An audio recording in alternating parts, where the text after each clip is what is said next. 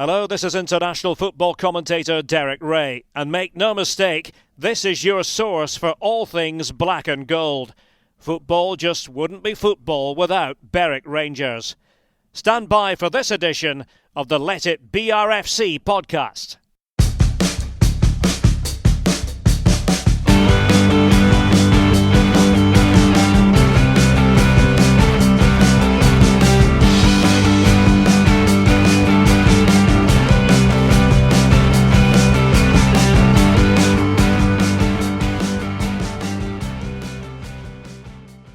So hello and welcome to the Let It BRFC Podcast. I'm Adam Hunter and I'm joined again by former Berwick Rangers forward and current assistant manager Kevin Haynes. How are you, Kevin?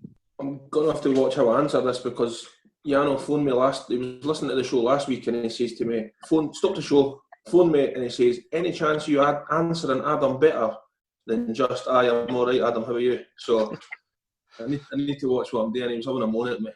But I'm fine, I'm fine, thanks. Well, thanks, Yano. At least I got more than the 3 words, like.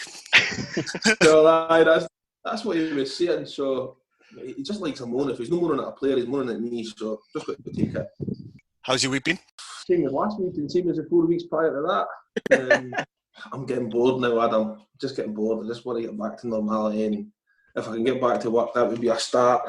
And then hopefully the football can kick in at some point. But it is what it is. You just no point moaning about it. We're all safe. So how are you? Good.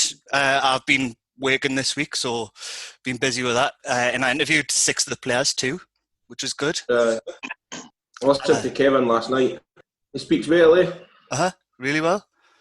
I found it really funny how he was saying, like when I asked him, would you rather play centre half or left back?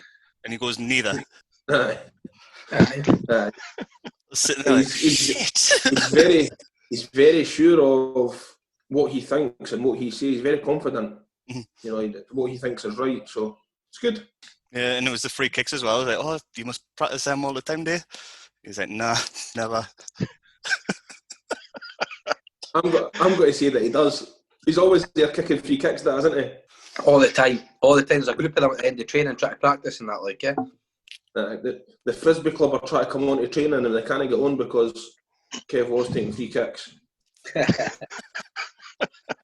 So also on the show, we've got current Associate Director and Chairman of the Supporters Trust, Andrew Allan. How's it going, Andrew? Very well, thanks, Adam. How's yourself, mate? Yeah, I am very well, thanks. Good. In terms of your responsibilities, there's quite a lot involved in your 2 titles. Do you want to talk to us a bit about that? Seems to be, but I spent my life working in a bank, Adam, so I'm an arch delegator, so you'd be surprised how little I actually have to do. But slopey shoulders.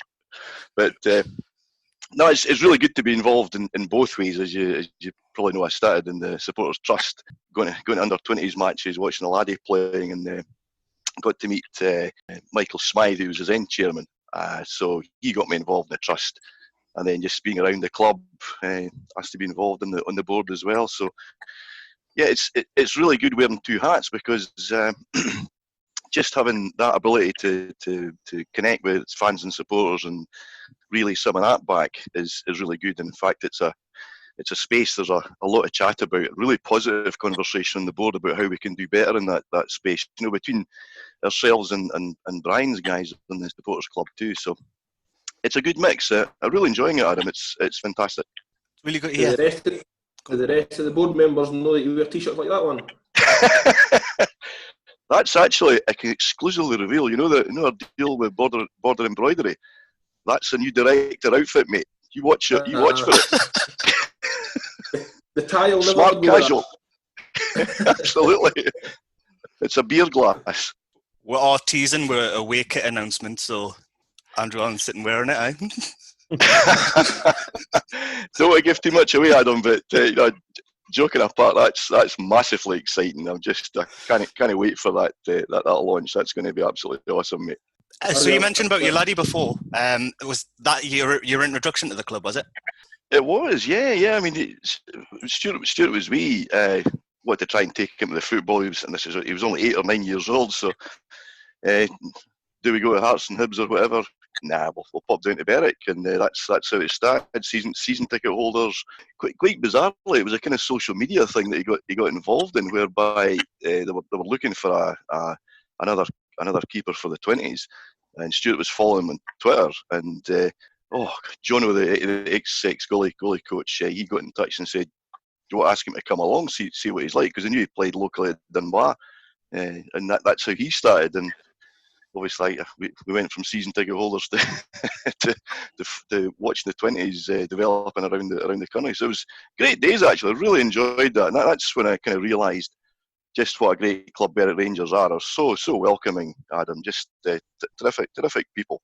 And the fans are fantastic as well. So yeah, that's how it started. You played in goal as well, didn't you? Allegedly.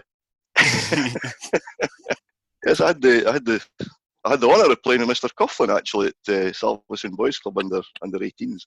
Also, another wee connection, played under another Berwick legend, Gordon Haig at Haddington. And Kev will relate to this, I'm sure. Hagee hated goalkeepers with a passion. And I mind one of Hagee's inspirational talks was, effing goalkeepers. If I could field a team without any of you effing lazy bastards, I would. I'm sure that's not a coaching thing that you've ever recognised, Kev, Darren. Is that? You love goalkeepers, eh? I think all goalkeepers are mad, to tell you the truth. Well, they're meant to be mad, like me, but I know the full shot. Brilliant dress sense. Did somebody not say that goalkeepers were goalkeepers because they couldn't play football? So, kind of answer to some question. In my case, absolutely, Kev. Still better than choosing rugby, though, to be fair. Oh, God, yeah. What's the main differences you've seen since getting involved, Andrew? I think the main difference is the club has got so much in terms of unique selling point, and that great thing that everybody talks about in business. And the difference I've seen really is that everybody wanted, previous board supporters, we all want to maximise the value of that unique selling point of being an English-based club playing in the Scottish League. And it was always a kind of latent value. It was never really maximised. And the big difference I'm seeing now with this board of directors, just this, we've got business leaders, business owners, people with different skills, and you're coming together. We're able to do a lot more now as you know, Adam, in the social media space. So that's the difference now. I think there was always people that loved our brand, loved the club. We're now doing more to reach out to these folk in Chings. So many people are actually coming to us now without us doing too much. You'll know this. I was blown away with the fact we've got, across all our social media streams, is it 20,000 followers? It's just mind-boggling. Absolutely fantastic. So that's the big change really for me, is just how much more diverse the skills are and how much better we are at doing great things for the club. I think, and it's no detriment to previous boards. Everybody was volunteers over the years and did the best they can. But I see quite a good mix this time, and that's a difference I see. Is that the only difference that you see, Andrew? Obviously, you've been on 2 boards this season. Yeah, that's unique. Well, it is. It's unique. But what is the difference? Is it just the people, or the amount of people, or the different skill sets that these people have? Is that the main difference? Well, there's no doubt that the amount is critical. It sounds really daft, the more pairs of hands. Simply that is hugely important. Oddly, Kevin, the coronavirus impact is far ranging, and there are still small advantages, shall we say, and the difference, or one of the main differences, the collaboration in the board's phenomenal, because we have a piece of sharing software that Adam will know about, where you can go and instant message, share documents, have virtual discussions, and obviously we're Zooming quite a lot as well. So the previous boards, and I don't think it's unique to Berwick. I think other boards, whether it's football clubs or companies, boards don't tend to talk that often. We've got the arranged meeting, which will be a month or every 2 months or something, but the conversations and chat and banter is fairly constant. So it's really good. So it's the numbers, it's the kind of electronic collaboration that we're doing. But yeah, the skill sets and the reach of the new directors. We've got directors who are based pretty well all over the country, and people with fantastic stakeholder networks they're reaching out. I mean, the Derek Ray coming on board is just absolutely fantastic, you know, and that's through that network that the new guys bring, you know. What's the main differences you've seen in the trust during that time, Andrew? To be honest, I think that we've stayed fairly constant in terms of what our activities are. Clearly, in the last few weeks, it's been rather different. I mean, we've been zooming as well in terms of trust board meetings, so it's still just the general fundraising thing. But what I can't and wouldn't, in fact, I'm delighted to say that the change, and hopefully, but Brian will agree, is the conversation between the supporters trust and supporters club. It's just so positive, you know. It's we are chatting a lot, and there's a real commonality. You know, I used that kind of phrase earlier about the voice of the supporter. I think there'll be more things happening in that space between supporters club and supporters trust, to be making sure that the supporters are even more engaged than they are just now. I'd like to think the supporters feel wanted and loved already as much as we can during lockdown, but I would like to think there'll be more of that. I don't know what you think, Brian. Yeah, I totally agree. I think, especially in the past few months, I think working together sort of come to the fore. And as you said, because it's done electronically, previously you would maybe only see each other on match days and things like that, and it would be maybe the odd passing conversation and stuff. Whereas now you can, there can be WhatsApp groups, there's Zoom calls. We've been talking around different things around the stadium and stuff like that. And I think as well, a lot of the times in the past, when there's when there's silence and there's nothing much going on, rumours and perceived disagreements can sometimes fill the air and fill the vacuum. And because everybody's speaking more regularly now and basically being brought on by technology, I think and I think it's been a positive, and that kind of sort of perception of a divide between the two is thankfully, I think, will start to disappear, because really there hasn't been much disagreement between the two organisations in the past. It's more of a perception, I think, that sometimes it's seen, and maybe disagreements between one or two people have been blown up into disagreements between a couple of hundred people against a couple of hundred people, when that hasn't really been the case. Yeah, absolutely. Yeah. So yeah, all good, Adam. It's all heading together in the right direction. I've heard it said so many times, but I really feel that it's really, really positive. So as I said at the start of it, it's quite a lot that's entailed with doing them two jobs. And I know you and I spoke at one of the games earlier this season about whether you would continue to do both, and you put it to a vote at a trust meeting, and they were happy for you to continue. Is that still the case? Are you still looking to do both? Oh, it's real interesting you mentioned that, Adam. I didn't make a big thing about that, but when I was first asked to go on the board, I just felt some might think there's a conflict of interest out there. So me at the trust AGM, I said, look, I'm quite happy to step down, because folks might not think it's a good thing or a healthy thing to have trust chairman also being on the club board. But yeah, it was kind of humble to say it was unanimously voted me to carry on. I personally don't think anybody else fancied it, but that's just between me and I. Why, Andrew? Why did you think that the board of the trust would not want you on the board of directors? Because surely the goal is the same. The trust goal is to support the club, which is the ultimate goal. So why did you feel that they wouldn't want you in that role? It's interesting. Again, it wasn't so much the trust board. They're great people, and we got on great. So it wasn't so much the board. It was actually asking the board the question about, because I'm chairman of a supporters group. It's not about me. It's about supporters, and I care deeply about what supporters think of me and what the trust do, and want to make sure we're doing the right thing. So at that time, Kev, it was quite a difficult time at the club, when there was a lot of static flying about in social media, and it made me a wee bit uncomfortable. I didn't really want to generate any more static, so I just wanted to just asked the question to make sure it wasn't seen. There's Big Beardy doing 2 jobs now. He's just crashing on ahead, but I didn't want to do that. So that's why I asked the question, just to make sure, just do that sense check that it was the right thing, you know. Yeah, and obviously what's happened with the 2 boards, you stepped down for a short amount of time. I was really sad to see that. Something that John Bell said when you first went into the post as associate director was around your infectious enthusiasm for the club.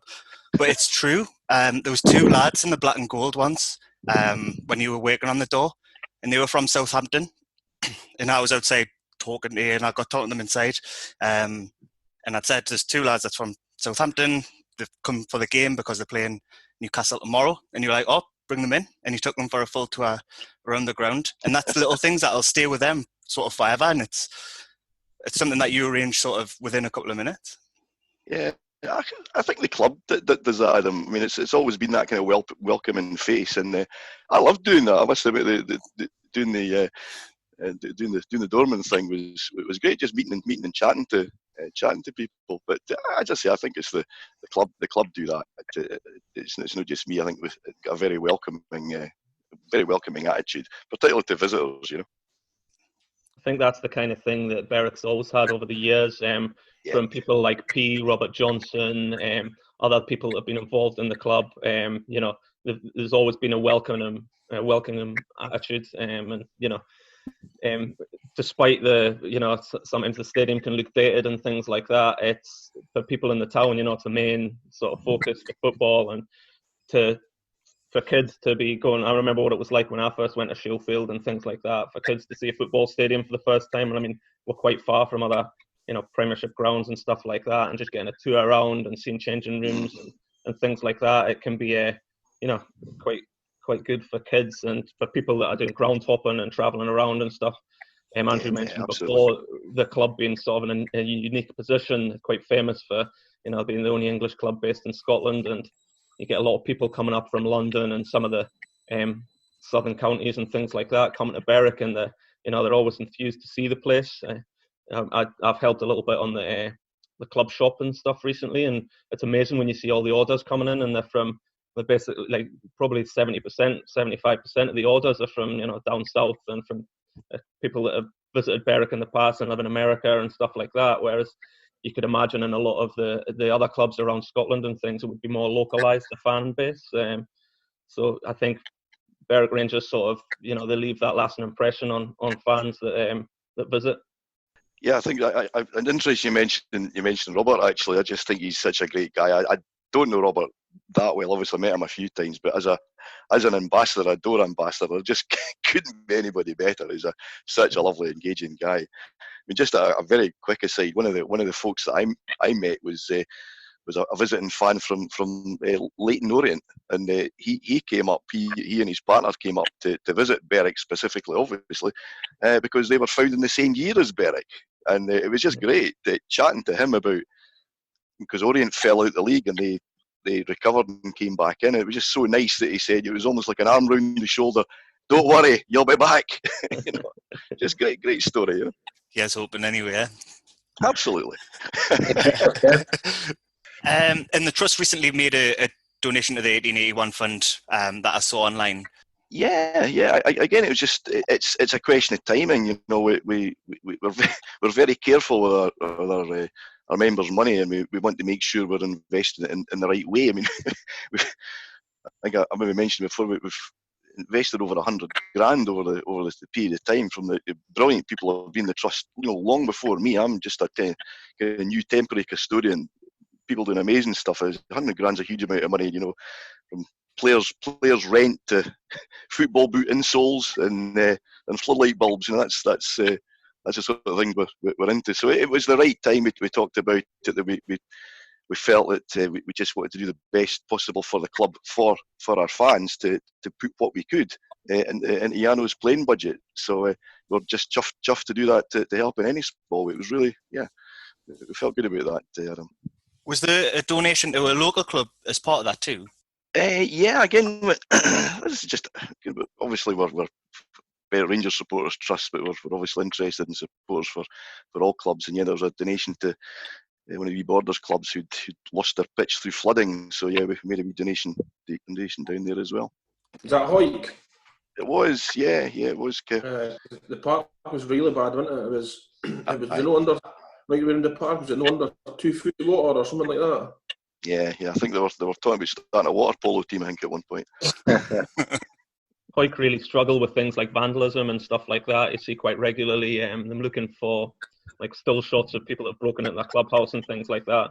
With it being like a rugby town as well, I think sometimes that there's not much love for the football in that town. I'm not saying that the town's gone out and vandalising the place or anything like that, but you know they really struggle with people to keep the club running and stuff. I think there was something on the View for the terrace about them recently, which was, you know, it was quite good as well. Just showing the stalwarts that had been there over the years in this rugby town, but they've still clung on to keeping the football club going and stuff like that.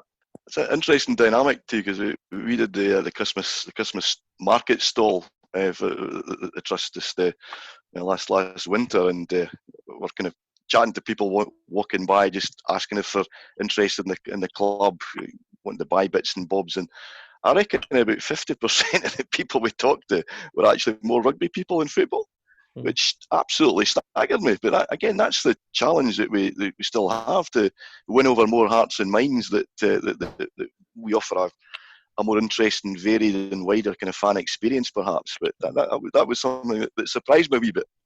The rugby club have done really well over the years. They've got a more localised structure, and they're really well run, and it's been quite consistent. It hasn't been as volatile as the football club, really. So that, you know, then they have got good people working there. They've been spot on with fundraising and things like that. And because so many juniors from the town go through the system, they have got a lot of goodwill. And obviously they've got the rugby club is good for functions and things like that. So that, you know, they're really set up well out at Scrimston. I'd like to think it'll be competitive. It'll be do both, you know. Yeah, definitely. So second guest we've heard from a little bit already. He's currently Secretary of the Supporters Club, Brian Parkin. Hi, Brian. Hi, Adam. How are you? I'm not bad. You know, quite glad to not be working today. I'm working from home, so I'm probably as busy in my line of work as I've been for probably the past year. I work as a housing officer, so I'm giving out a lot of benefits advice and helping people with universal credit and things like that. So it's been a bit of a struggle in the past month or so. Starting to quieten down a bit now that people know what's happening. But yeah, I've been really busy, so I'm still. People are talking about every day being the same, but I'm still hanging out for the weekends and Easter holidays and bank holidays and things like that. So, what does being the Supporters Club secretary actually mean? Really, it's really just supporting the two main guys, Matty Moore, who's the chair, and Martin Ingalls, who's done a lot of work for this new monthly draw. He's the vice chair. So I sort of like, as the secretary, I'm taking a bit of the load off them. I'm typing up the minutes, putting together the agenda, sort of helping them with little bits and pieces. Obviously, we've got Malcolm Reid, who's the treasurer as well, who does his part. So yeah, it's helping to write letters and put things together that way, really. And obviously taking the notes at the meetings and things, trying not to get too involved in the conversations while I'm forgetting to write notes and things like that. Just what a usual secretary would do, really. I'll give my opinion when I think it's important. But yeah, Matty and Martin do the main sort of shifting of the load, whereas I sort of back them up with the notes and things like that. So. And you mentioned the Supporters Club draw there. I saw on Facebook this week the Supporters Club did their first actual draw. Martin Ingalls presented it, and you were there. How was that? I said 2 words in the whole thing. I think it was just to show that there was somebody else watching the draw take place, to be honest. I didn't think I would just pop in for two little sections to say 2 different words. So I've had a few people taking the piss out of us since then, but rightfully so. I had a big beard at that point as well, so I looked like I'd just been dragged out of a hedge backwards or something. But I've tidied myself up since then. I had a look through the comments, and one of them was commending you for your acting skills. Yeah, I lack a bit of charisma, to be honest. So, I thought it was good. But no, the draw has been going really well. we probably exceeded the expectations on it at first, because going across from which was quite a successful weekly scheme that had ran for decades. Conrad had done an amazing job, but it was more based on Conrad going around from to the different employers in the town. So when Pringles of Scotland was running and Just Roll and things, there would be large groups of people at them places that would take part in the draw. So unfortunately, over the past few years, when some of them big sort of businesses have closed down and just a different way of working and stuff, the income for the weekly draw has sort of gradually tailed off. And obviously the performance of the football team as well has had an impact on that. There hadn't been much going on in the way of success, and it started to get it started to dwindle a little bit, and it wasn't really online based. So despite all the good work that had been going on, and it was still fairly successful in raising money for the football club, but we felt it needed to sort of be brought a little bit into the 21st century. So it was Martin's idea, really.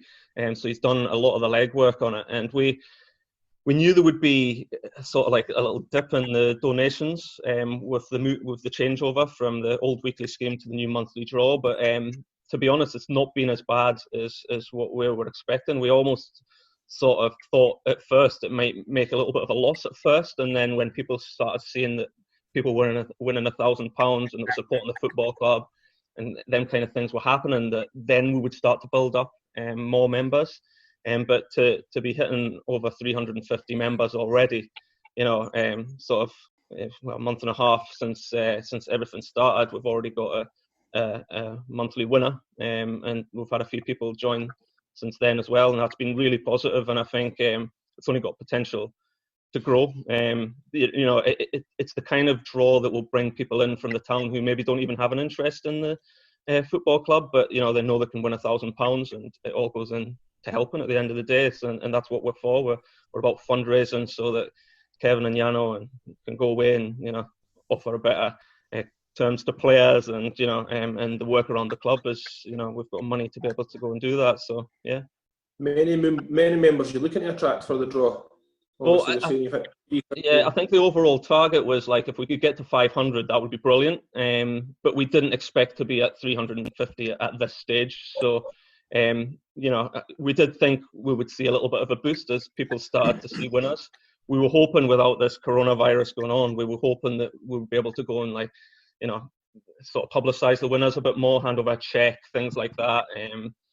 Make a bit bigger deal about the winners and the prizes and things like that. But even despite not being able to do that, we've still been fairly successful so far. So yeah, and there's also the charity aspect to it as well, which has brought a lot of people in. So 2 local charities, and the last month got I think it was like £175 roughly each. The Northern Soul Kitchen, which were on the front of the shirts a few years ago, and the Berwick Community Trust as well. So each month there'll be a donation to charity of £250. So that'll hopefully that'll bring people in as well as supporting groups in the community. So no, we're quite chuffed with the charities so far.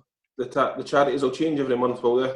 Yeah, I think so. So we've asked for people, the different charities in the town, to come forward, and so each month local charities and good causes as well. So you might have schools that are looking to do specific projects and things like that, that we're hoping will come forward. So yeah, it's quite positive, and a lot of people that's joined have said that the charity aspect of it has sort of persuaded them to get other people involved, stuff like that as well. So right, good. How do you get involved in following Berwick? Well, just being from the town, really. I remember my first game. I don't know who it was against, but it was in the early 90s. I remember standing in the away end of the ducket when the fence was up with my dad, and the only thing I really remember about it was the black and gold strips, and somebody was wearing a headband. So, if anybody's out there who can remember who used to wear a headband for Berwick Rangers in the early 90s, let us know. But that was my first game. The first game that I remember, and then I was a mascot for Berwick when Berwick played Newcastle in 1993. Kevin Keegan brought the team up. They'd just been promoted to the Premier League. So I was the Berwick mascot, and Andy Cole, Peter Beardsley, people like that were there, and obviously, being the mascot, you got to sit upstairs. I got to go to the away dressing room, shake hands with Peter Beardsley and Nicky Papavasalou and all the players that Newcastle had signed for the Premiership season, things like that. And I with being interested in football, I started to go to watch Berwick more and more regularly with my dad from there, and then eventually with my friends. So the first Berwick team I remember was under Tom Hendry with Warren Hawke and people like that, Willie Irvin. Really good team. We finished second in the league one season when there was league reconstruction back then as well. Warren Hawke was a full-time player for Berwick. It was when I was at school. We had like coaching sessions with him at the sports centre and things, because he was full-time, he was doing bits and pieces in the community and stuff like that as well. So he become more involved with Berwick Rangers that way, and also went to coaching with Eric Tate as well. He ran a coaching class on a Friday afternoon after school as well. So yeah, just loving football and being in your local team. Probably the first main game I remember was where we played Greenock Morton. Greenock Morton had a really good team, a couple of Finnish players, and Warren Hawke was still with Berwick at the time, and he scored a hat-trick in that game. We got beat 4-3, but it was a tremendous game. It was back and forth. It was like, at the time, I was interested in Newcastle and supporting Newcastle as well, and Newcastle were like the entertainers at the time, and it was the first time I'd went to watch Berwick and saw that kind of football, the back and forth. And I remember we used to play football in the street and stuff, and I used to always want to be Andy Cole or Peter Beardsley or whatever, but then that night we went home and me and my mates was being Berwick players and things like that. So yeah, so it's pretty sad, but that was we were like 10, 11-year-olds back then. So yeah, and I was started going week in, week out, really. Just sometimes I wouldn't be paying much attention to the games. I was there with my mates and we would be pissing about and knocking about with each other and things like that. And some of the other games I remember I went to Meadowbank when they were still existing. My dad took me up there, and there was always quite a good atmosphere between the two sets of supporters. Probably mid-90s, 94, 95 time. Yeah, so that's how I got into supporting Berwick Rangers. Well, we spoke this week about it being the anniversary of the 1999-2000 promotion. Yeah, so I mean, I first started going to away games just with my mates, and start away with it when you're not with your parents and stuff like that. When I was about 14, 15, 16, so Berwick had 2 or 3 really good seasons. There was the season before we got promoted. I think we only lost 2 away games all season. We had this really good away record, but struggled at home and finished around mid-table. Paul Smith was the manager at the time, but you could tell we were building a team that was, going to do something. And then obviously we came on to the promotion season. And although we had sort of quite a slow start to the season, we were about mid-table in November, there were still signs there that, something special was starting to build. We'd beat Queen of the South 4-1 at home in the Challenge Cup, and there was quite a few people across from Dumfries for that. And I just remember there being a buzz, like after we left that game, just being a buzz about the way Berwick had played. Martin Neal was in that team. Craig Findlay, I think, scored in that game. I don't know if you scored in that game, Darren. Can't remember. Nah, a couple of misses maybe, but no in that game. No, I didn't in that game. No, so it wasn't a great start to the season. I think, as I said, by October, November time, we'd lost as many as we'd won. And I remember we had a Sunday game against Dumbarton at Sheffield, and the fans were really on the back of Paul Smith at the time. I think there was even a banner asking for him to go and stuff. We'd started the season, we were winning in clusters and then losing in clusters. But then that Dumbarton game, we got beat 1-0 at home. And it was starting to look, that's another season of Berwick sort of hovering around the middle of the table and doing nothing. And then we had that big game away to the league leaders at the time, who were Queen's Park. They actually went on to win the league, Queen's Park. But despite that, we went there and won 4-1. And I remember it was one of the first games, like, me and a group of my mates went up. There was about 15, 20 of us or something on the bus. And, going to the big stadium like Hampden to watch Berwick Rangers, it was a bit surreal with hardly anybody being there, like 500-600 there. But yeah, Berwick were absolutely magnificent that day, and I'm sure Darren will talk about it. There was a solo goal that sort of amazed everybody that day. It's probably still to this day, it's probably the best Berwick goal I've ever seen, where beat 5 or 6 men and slotted home, with it being against the team that were top of the league as well. It was just brilliant. And I think, to be honest, that moment kick-started the season for Berwick, and we went on quite a long unbeaten run in the league. To be honest, it didn't just kick-start that season, I don't think, because it was like an 18-month period where Berwick were constantly on the up. Even when we would lose games, we would bounce back from them straight away. So we had a couple of disappointing losses to East Fife, I remember. But then we would win the next game, like 3-0 at Brecon or whatever. We were just a really strong team at that time with a bounce back ability or whatever they used to say on Soccer AM. We had that, we had that as a team. Yeah, so you mentioned we're final guest who played in that team, and he's currently a member of coaching staff. Hello, Darren Smith. Hello, how are you, Adam? You all right? Yes, I'm good, thank you. So one of the best goals that we've ever seen as supporters. What's your memories of it? Can I, before he starts here, can I get my bit in about that goal? Because the 5 of them were already lying on their arse, and he missed it. So I don't know where he's beating 5 players and scoring that beauty with the right foot, because they were all lying down and he shanked it into the corner. I'm not having it. Like, man, come on. That was brilliant. No. I remember, like what Brian said there, I think our results had been sort of inconsistent that season in terms of, like you say, we knew we could beat anybody on our day. But I think, I remember the lead up to that game where we sort of thought it was last chance saloon to try and obviously, I'm not saying we're going to close the gap, but you know what I mean, to try and put a mark up so that we could actually then try and kick on. And I remember the game well, like you say, 500-600 at Queen's Park, and they were flying at the time, you know what I mean? I always found back then is, and it's no being disrespectful to today, Kev will probably be the same, as back then I was a younger boy, but to try and get in the team as a younger lad back then, it was all old, good, experienced players, if you know what I mean, within the leagues. There was very few young boys that got an opportunity to come through. If they did, they were on the bench, but it was all good pros, if you know what I mean, back then. They were big, strong, whatever it was going to be, so it was competitive. And like I say, just remember that game. Obviously, we had boys with ability like Martin Neal, Mark Anthony, but then we had boys with a bit of dig like boy Lloyd Haddo, who went under the radar left back. He would tackle his granny.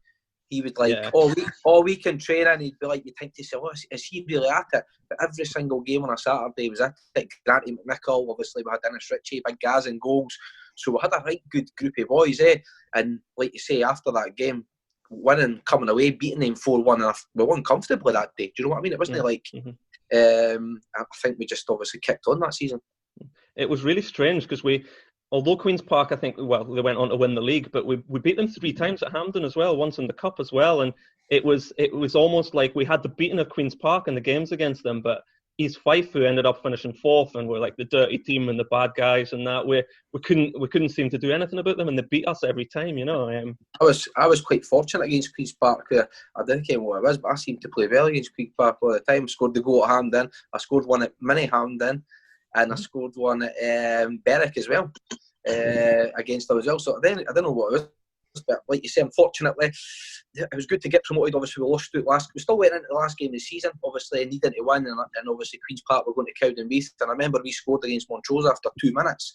And I remember Kev will be the same when he won the league, but the ducket was it was jumping, you know what I mean? It was absolutely jumping, 1-0 up, and then Cowdenbeath went in front against Queen's Park, and we thought, oh, here we go, there's something going to happen here. But we won the game comfortably in the end 3-0, but I think Queen's Park, I don't know if it was 2-1 or 3-2 that they ended up beating Cowdenbeath, but we still, obviously, the run that we went on got us into that position, and obviously we just missed out with 3 points, but gladly got promoted. Lloyd Haddo was like one of my favourite players at the time. He was such a legend. He was like this cult hero. He scored 7 or 8 goals that season. I know he was on the penalties as well, but I remember going across. We played Stranraer in the Cup. Do you remember that one, Darren?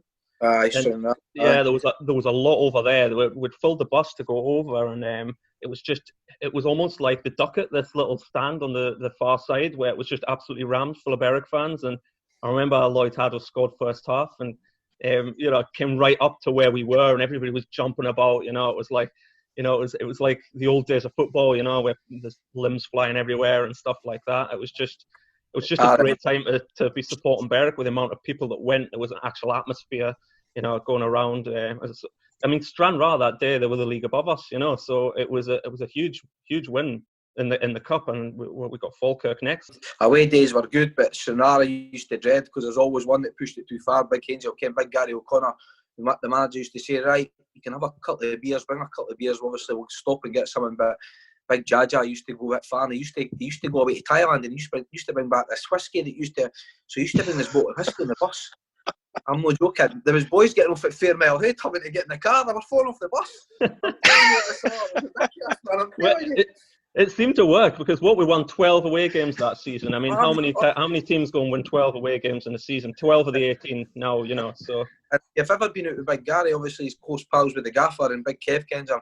He doesn't take no for an answer, so he's go, right, take one. I'm like, I'm not wanting one, guys. No, you need to take one. He's giving him this Thai whiskey. It was like, 50%. Boys were falling off the bus and everything. That must have been the rocket fuel needed to. It's funny you say that about Gary, because he done the same in our era when I was there, and it was grappa. Oh. Every single bus journey, he had a bottle of grappa, and that was the case. And Gary was brilliant for team spirit, and he was massive, and he kept the whole squad together. But that was it. It was like Daz is saying, I didn't want a grappa, Gary. You're not getting off the bus till you have a grappa, and he forcefully put it down your throat. He done that one night. I'll tell a quick story about man. One night we'd been at Morton, we were on the bus with Mark Anthony, and we were going out, and me, Gaz, and a couple of boys out in Edinburgh would say, and we were going out quickly anyway. We ended up having a right night out, but Gaz was obviously the main driver, getting everybody drinking that, right? So we were going back, and Gaz stayed at Easties at the time, and there was me, Mark Anthony, I've got a taxi. Mark Anthony, I've never seen anybody so drunk in my life, right? So he goes home, we drop him off in the taxi, thinking that was the end, it dropped off. And his girlfriend at the time, Michelle, took him to the door, blah, blah. Marky's been that drunk, right, that she's been in her bed, he's got in, he's wet the toilet, right? Sat on the toilet, forgot to take his boxers down, right? Absolutely shat himself on the toilet with his boxers on, and jumped in the bed beside her, started cuddling her in that, without a word of lie. Next again day, she's nearly chucking him out the house. The mattress was out the front door. He didn't care what he was doing. Big Gas had just seen him whiskey all the way in the bus. Oh, honestly, the best thing ever. I can't believe he told anybody that story. Mate, he turned up at training on Tuesday. He had been chucked out the house. She had chucked him out the house because she was going mental. The mattress was out the front door and everything. He'd been cuddling into her in that trying to get a cuddle. She woke up in the morning, absolute smelly shite everywhere. Unbelievable, like. That's brilliant. He had we went back to Gary's, and I don't know if he had a barbecue or if he had if it was the night that we won the league or whatever. I think it could have been the night we won the league, because we ended up back at Gary's dad's birthday party. So we're back at Gary's house and we're running out of drink. And next minute the airing cupboard opens up. Alright, she's got the airing cupboard in the hall, opens up, and he's got these Volvic bottles, and he had been making peach wine. Alright, so this peach wine come out at this house party now, and it was revolting, but it must have been 100% this peach wine that he had been brewing in the cupboard. It was ringing. It was a great, like I say, that was a great team spirit, and I remember that day. Berwick, once we got promoted, we all went in the tune after it, and I think we were in the pub with the supporters, and like the place was jumping in that, like, yeah, and like you say, good memories. What was Darren? What was the relationship like with East Fife at the time? Because from what I know, we had a couple of we had a big defeat up there in the midweek, a 3-1 game. And I remember their manager Rab Shannon, and it was always rumours that they removed the ball boys as soon as they took the lead, and like they were quite a dirty team. I remember like Spider Ramsey was he must be the only player to get sent off for East Fife against Berwick in the same season as getting sent off for Berwick against East Fife. So he was sent off in the same fixture for both teams in the same season. He was crazy. There was when I played that season, there was a bit of dig with East Fife, definitely, and I know Adam had asked me about it. I think I don't know what happened, but I'm not going to say too much. But I think we punched the door and put a dent in the door up at Bayview. But then Cowdenbeath as well. Berwick and Cowdenbeath didn't like each other. It used to be, I don't know if you boys were involved, but there was some supporters in that, and that was a bit of hatred as well. But definitely East Fife, I think they ransacked your dressing room once in that, and there was a bit, every game you knew there was got to be a bit of needle, and you're guaranteed to be a sending off. Do you know what I mean, in terms of like, but thankfully we ended up getting the better of them that season, finishing well above them. Yeah, there was a lot of rivalry between because there was 3 promotion spaces back then as well. There was like half the league were in the promotion chase, and there was a lot of rival. And Cowden and East Fife, I remember Craig Levine he was the manager of Cowden Beef at the time, and he was constantly complaining about East Fife and the way they played, and them being sort of the Wimbledon of the division at the time. Forfar, I'm sure, had complaints about East Fife at the time as well. I think we were all right that way. We had a mixture in the team, and me and Kev have talked about even like looking forward and that, where we had boys we had hardy boys, right, that could look after it, but then we had boys that could play as well. We had a decent blend, if you know what I mean. So in terms of like, look at, we had Colin Campbell, like I say, Lloyd Haddo, Big Innes, Granty, we'd all tackle their granny, do you know what I mean? But then if you had Martin Neal, you had me, Mark Anthony, myself, obviously you had wee Davy Watt, wee Davy Watt, we won promotion. When we won promotion that year, I remember about Magaluf 5 days later, wee Davy Watt was there, and Kev McGee, remember Kev McGee? Yeah. Kev McGee never had a bank account, he just turned up with a wad of notes at the airport. No bank account or anything. That kid used to take the gaffer on the Wednesday. Gaffer, I'll not be at training on Thursday. Like, what do you mean? I'll not be there. Like, where are you going? Used to go to Turkey on the Wednesday, come back on the Thursday, and then on Thursday night he'd have the big Range Rover, he'd have the boot open, and all the boys were standing at training. What you wanting, lads? Selling Ken boxer shorts, jeans, a lot of it. Honestly, unbelievable. The second last, I'm sure we won promotion up at Albion as well, didn't we? In the second last game of the season, the 0-0 draw, but it was a bit of a downer because Paul Patterson, PP broke. Did he break his leg or? He broke his leg, a bad one, and then obviously we knew by not winning that day, it made it difficult for us to try and win it. But we had the opportunity going to the last game. We had to take care of ourselves, which we did. But it was what a season like on and off the park. Like probably like when Kev won the league as well. The teams, they've got that everybody in it together. It was brilliant. Yeah, I remember Gary O on the sidelines wanting to, like, obviously he was the sub keeper, and I remember him arguing with Paul Smith, wanting to come on as the outfield player towards the end of the game, and all the fans was like, let him on, you know. We'd already knew we were promoted, so but it was like a no, and like, God, Gary was in a huff. Brilliant. Probably goes back to Andrew's point earlier and what you were talking about in goalkeepers. There's a little known fact to Adam that goalkeepers are actually better finishers than strikers. Big Gaz wasn't a good finisher, trust me. You back me up there, Kevin. Nah. Big banana feet couldn't kick the ball straight, could they? It was great that it carried on until the next season as well. That's why I'm saying it was a brilliant 18 months, despite getting promoted and despite having like stronger opposition like Partick Thistle and teams like that in the league above.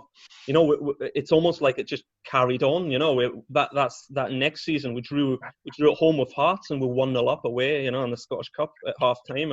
It's like unbelievable, you know, that Barry Elliott goal. Barry Elliott 1-0, and you thought, here we go, and then they brought Wanjo on, and I think he scored 2.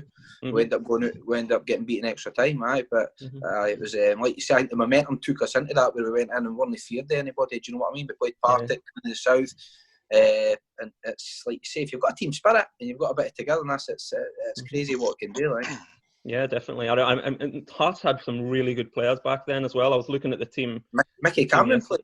Yeah. And because it wasn't that long since it was only 2 or 3 years since they'd won the Scottish Cup themselves, and it was a real shock that, so like you're saying, players like Mark Anthony and stuff, like all the skill in the world, I was saying before we come onto this call, like, I remember more games around that period than I remember in the past few years, just because there was a lot of memorable games and a lot of big rivalries, There would be times where, the away end in the Ducket would be, they would have loads of away fans coming up from like Cowden Beef, Clydebank, Queen of the South, and, songs back and forward. There was like a real atmosphere, sometimes a tension in the air, which you enjoy in football. And it was my favourite time, like, because of the age I was at the time, 16, 17, 18, around them years, it was my favourite time following Berwick. I loved the championship part.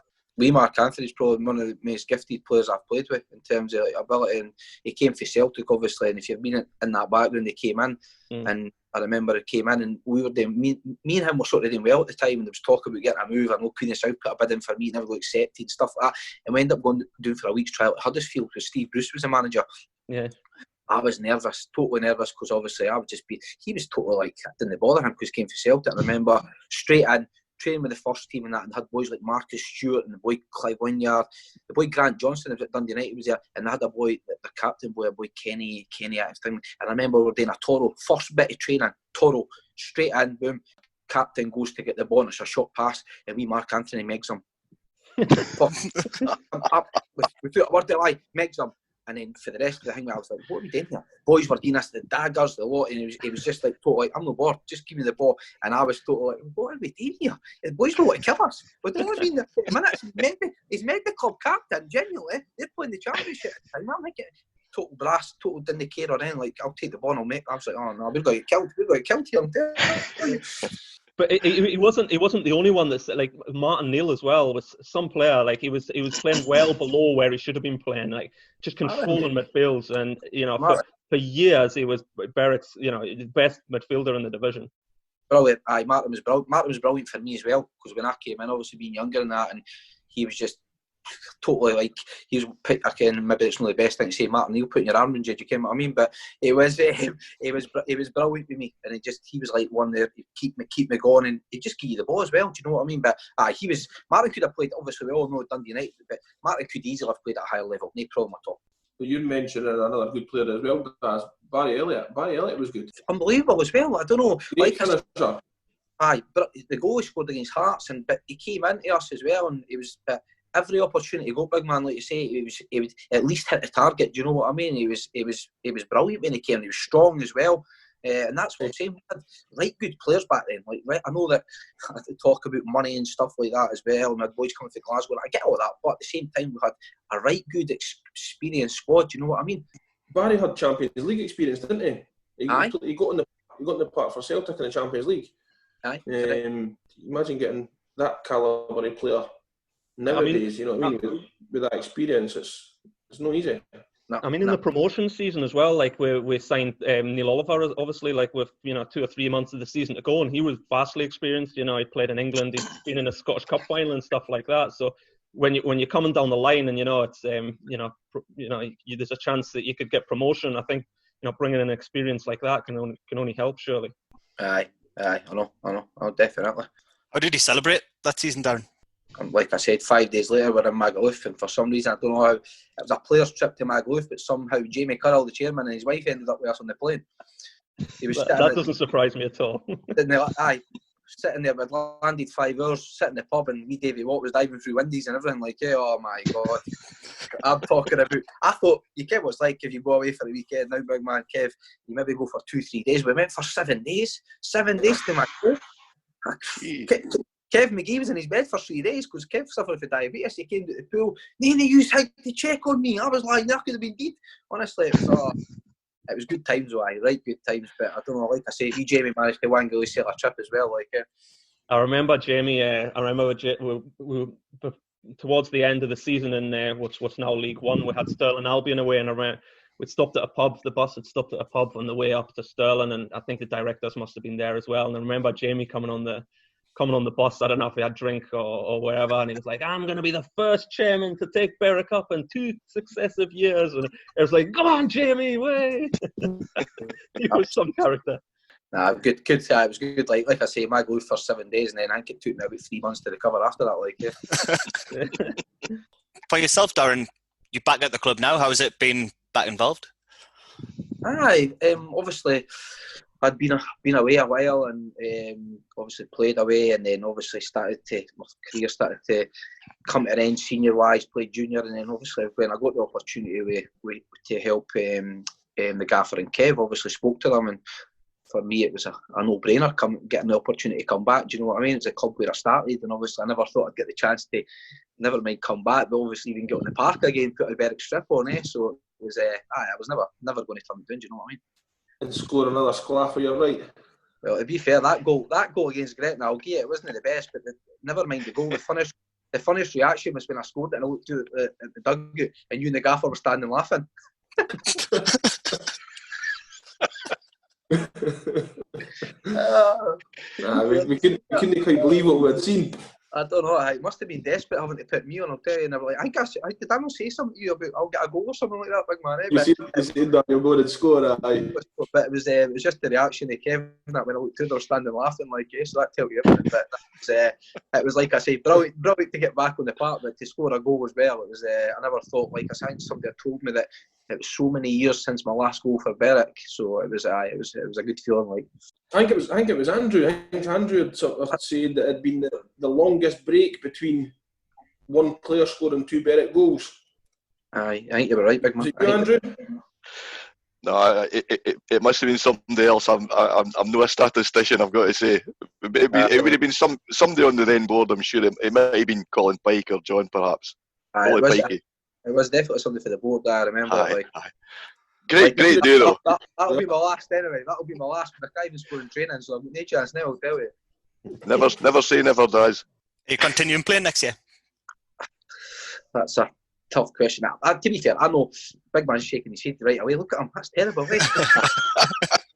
I know my role, like in terms of just trying to, like Kev is trying to help the boys that we've got there. We've got a lot of younger lads as well.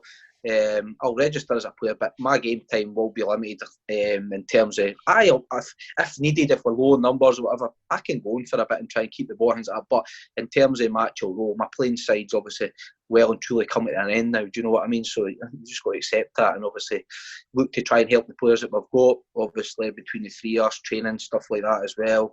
I try and be the good guy. I like Kev the other King. Kev's the one that goes mental in the dressing room. I'm the good copy. I'll go put my arm around them and say, I mean, you're all right. let the big man shout at them and that. Eh? But I guess for you, Kev, that experience is vital. You've got a guy that's playing the Scottish Cup semi-final, a guy that Allan Maitland called the best part-time player in Scotland. That experience must be really important and helpful to the rest of the boys. I had to pay him to say that, I'll tell you. I had to say him. Was Allan Maitland drunk? Yeah, mate, I think he was. Like, he'd be doing the tiles, like, definitely. Nah, in a serious note, that was a massive part that Yano and I had spoke about as getting Darren into the club, was because the benefit of having Darren in a training session is massive. If we can put Darren right in the middle of a possession box with 15 players, and Darren can control that possession box within it, and he can talk and he can help and he can guide and he can tell people what they're doing wrong, and praise people what they're doing right. You know what I mean? And it's harder when we're standing on the side of a possession box. You're kind of trying to take everything in, but if Darren's involved and he's got a closer view and he can get himself into positions where he should be receiving the ball and he's not getting the ball, so he can tell somebody, you know what I mean, that was the wrong option. So it was a massive benefit for us being able to put Darren into a session, but he's getting lazier and lazier. He's stopped doing the running now, he's just dropping in for the shooting and all that. If I may, as you know, you boys know, I came to see one of your training sessions during the season. And you mentioned, Kev, on the last call about the possession drill that you, Darren, Richard Walker and Yano did. And just how... You were there that night, weren't you? I was, aye. But you know what I saw is exactly what you're talking about. Is you've got 4 experienced players, kind of role modelling and not just giving coaching points, actually showing boys how to keep possession, what the movement should look like. I thought it was great to watch. I've got to say, I think you as a group have different things to bring, the 3 of you, and I think you work really well together. I really enjoyed it. It was good. We keep trying to organise a 5-a-side team, because me, Daz, Yano, Rich, we're all going to get together, and I think we'll beat the team. I think we'll be all right. 5-a-side tournament. We'll let them pick their best 5 against us. I think we'd win. You want an old fat goalie?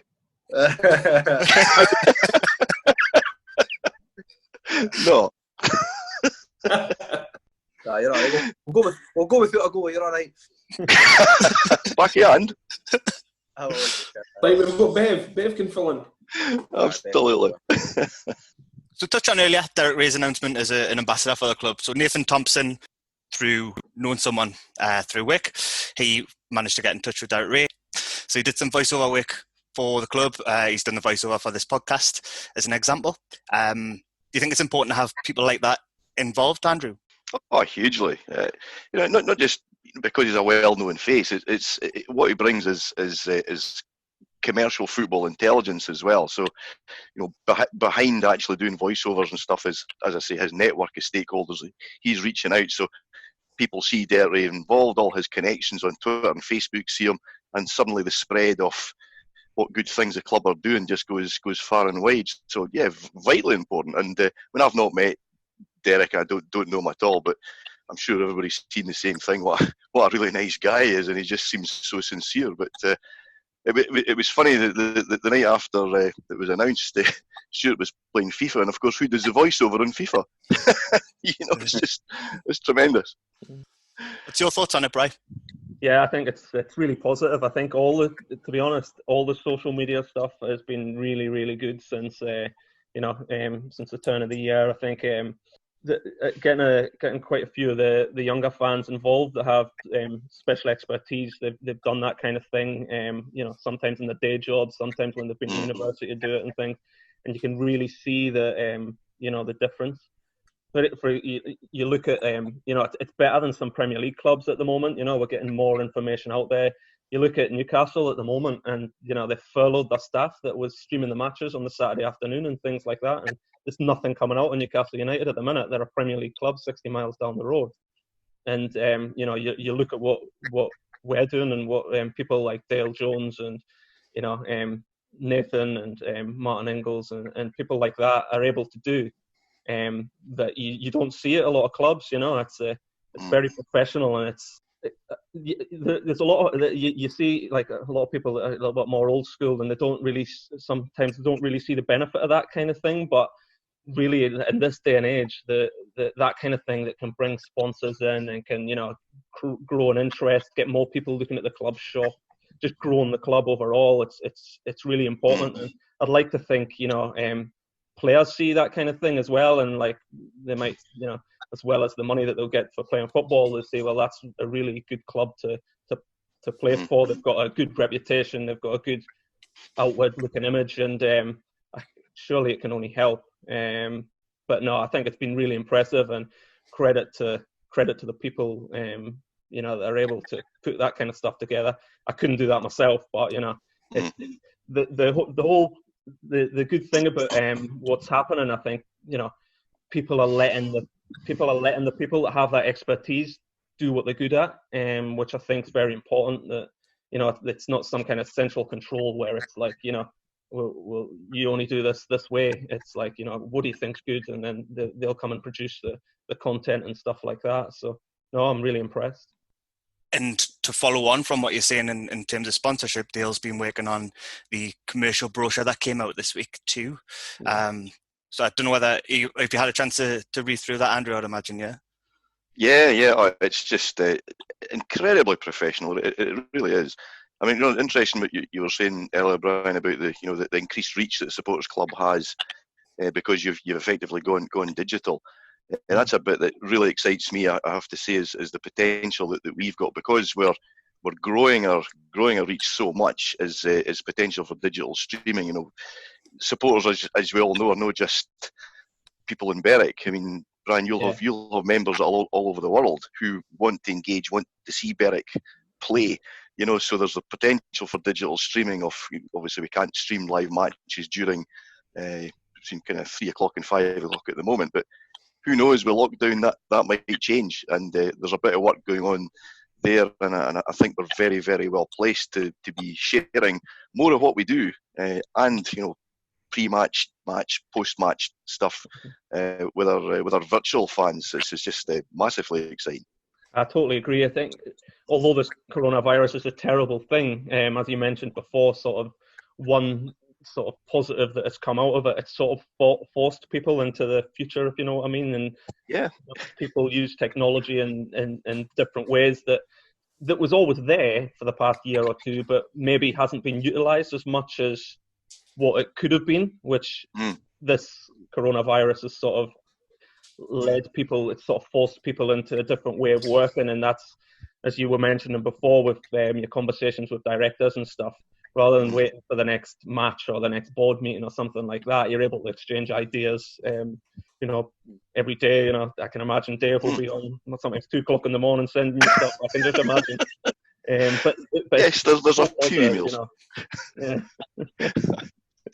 But it's so positive, the different way of working, and I think the way that Dale and Martin and Nathan and people like that have got involved and improved the social media side and the digital side earlier in the year. It's come along just probably at the right times. Sort of the stars have aligned, if you know what I mean, for that totally, way of working and for going forward. And I'm sure the playing side, you're able to find out what different players are doing, share training tips and stuff like that. Whereas I know this kind of thing's never really happened before, but you were able to stay in touch with the players a lot more than what you would have been, say this had been 5 years ago. It's the same as we're in a good position now. Daz will agree that we're having our weekly, or sometimes twice a week, we're having a meeting amongst ourselves on the Zoom and whatever, and that's just easing the fact that we can't meet up on a Tuesday and Thursday and discuss what we need to discuss. And each and every one of us will talk to players individually, whether it be current players or players that we're trying to sign. So these Zoom meetings have given us a chance to catch up and go over what we need to go over as well. So that, like you said, Brian, it's a horrible time, but it's brought everyone up, and electronically in a better way, or not a better way, but another way of working and solving problems. Have you seen the new strip, Darren? I have, aye. We've been obviously see them on the chats and that as well. So I said just in case I do manage to go on the bench and that, I said just make sure number 19's a medium. That's what I said to the boys there. So, no, looking good. Everything's looking, like I said, it's off the park. Everything's positive in terms of everybody pulling in the right direction together and things like that. And obviously we're trying to work hard. Obviously it's no secret with regards to budget cuts and things like that as well, but it's your job to just make sure, like say, we're not going to come out and say, you've got to win the league, you've got to do that. Do you know what I mean? We just got to try and progress year on year and try and make sure that we get better, try and bring better quality to the club, and just make sure we're competitive. Do you know what I mean? Last year there's a lot of games when I came in and that and spoke to Kevin that my chance, like it's just consistency where we've been up and doing, like what you talked about previous seasons, Brian, about when I was playing as well. Like we went to Stirling Uni, big man, remember, and we should have won the game and we ended up switching off for 2 minutes, lose a free kick. It was the only time they win an our half, the whole game. Yeah. The whole of the second half, sorry. Get beat 1-0. There's been games where even I played in where, again, it's no ideal conditions and that, but there's nothing in the game. You're 1-1 at half time with Stirling.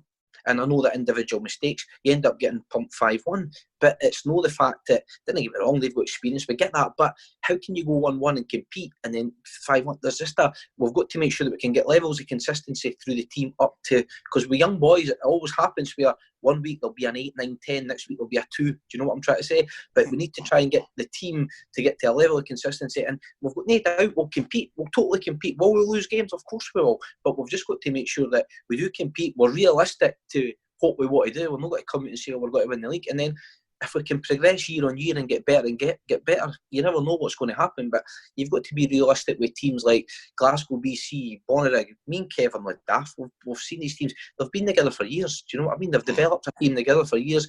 We're obviously the manager had a right tough time last year having to pull a team together last minute. So it's up to us now, and that's the work that we're doing now.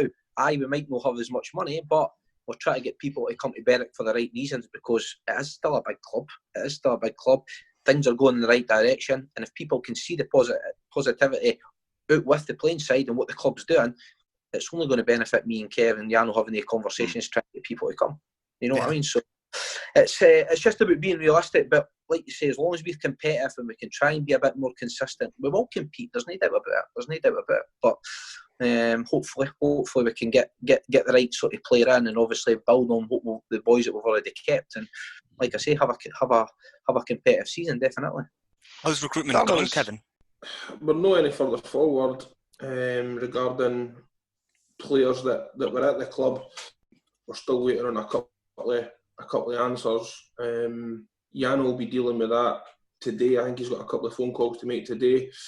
We've had a couple of players out with the club who's agreed to join. So we're all right. We're starting to build a squad. I think Daz and I, we spoke last night, Daz.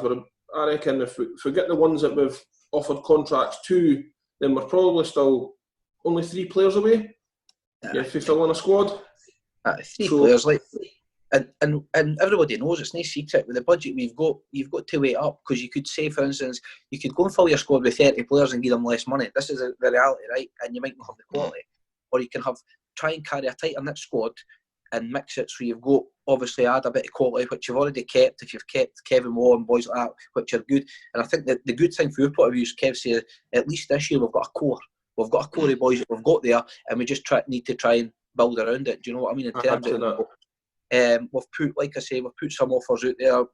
Me, Kev, and the gaffer have these chats every week and identify positions and players that we want. But the reality is, you might not get them all, so you've got to try and keep your options open.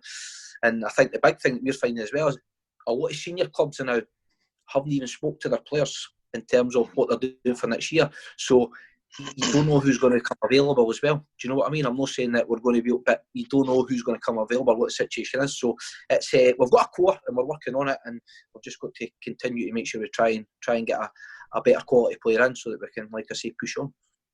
Sorry, Andrew, I think you were going to say something before and I cut you off again. Yeah, I was just going to ask Darren and Kev what their views are about. There's conversations always ongoing about grassroots development in the town and the county, and there's a fair bit of work going on behind the scenes, as I'm sure you know, about creating a foundation in Berwick and Berwickshire, and effectively just being a place for youngsters to come and play football and develop and grow. And the question really was how you felt about players, you guys, but included of course, being involved in coaching youngsters in Berwick, getting involved in the community schools, training sessions, that kind of thing. Is that something that you would like to do? Would you see your players maybe even doing badges, even some of the youngsters? Something that I think every single community needs is a community club, and like regarding like the Berwick juniors that are there now, realistically, they're really not going to affect me at a first team level, because they're years and years and years and years down the line before they hit a first team. But I do think that every single community should have it. Where I live, they've got one. They've developed a community club over the last 5 or 6 years that had 0 members, and they're now in the hundreds, and that's going to benefit the club in the long run. So I think it's vitally important that we can get that link with the Berwick juniors again, and it'll benefit the club later on down the line. But regarding the coaching, if it's going to benefit the club and benefit the kids that I go and take a session every now and then I'll do it. And regarding the players, I think the players there's a few players that are quite keen. I think Kevin Waugh already takes a team. Kevin was a coach. Kevin was a coach already, and I think he takes a team on a Sunday. So I'd imagine there are players that are interested, in that side, and they'll look to do their badges and develop. And I think that if I had done a coaching course while I played, it probably would have made me a better player. I probably would have had a better understanding of the game. And so I think it would be good if players took a course or took a couple of courses or developed their coaching skills now, and it gives you a better insight to the actual game you're playing. No, I couldn't agree with you more, Kev. Yeah. I agree with you, and it's, from my point of view as well, as I know that we've not got that network, or we've not got that service where we've got age groups, like you say, that go from 14s up to whatever's going to be. But when I came through playing with Berwick 18s, Berwick 17s or that, I played used to play at Shield Field on a Sunday or whatever it was going to be, and I played there, and then eventually go, obviously, into the first team through that obviously pathway. I know we've not got that, but the reality is, like you say, there's a lot of teams that do have that pathway and things like that. And like you say, that's a million miles away, Kev. Like you say before, somebody will get to that first team level. But I think I totally agree with you. It's something that obviously I think every club should have. Thanks, boys. Is there any other questions that you've got for each other, or anything else that you want to know? Well, I can think if Andrew's pants matches that. Just a onesie. Just the shorts at the bottom.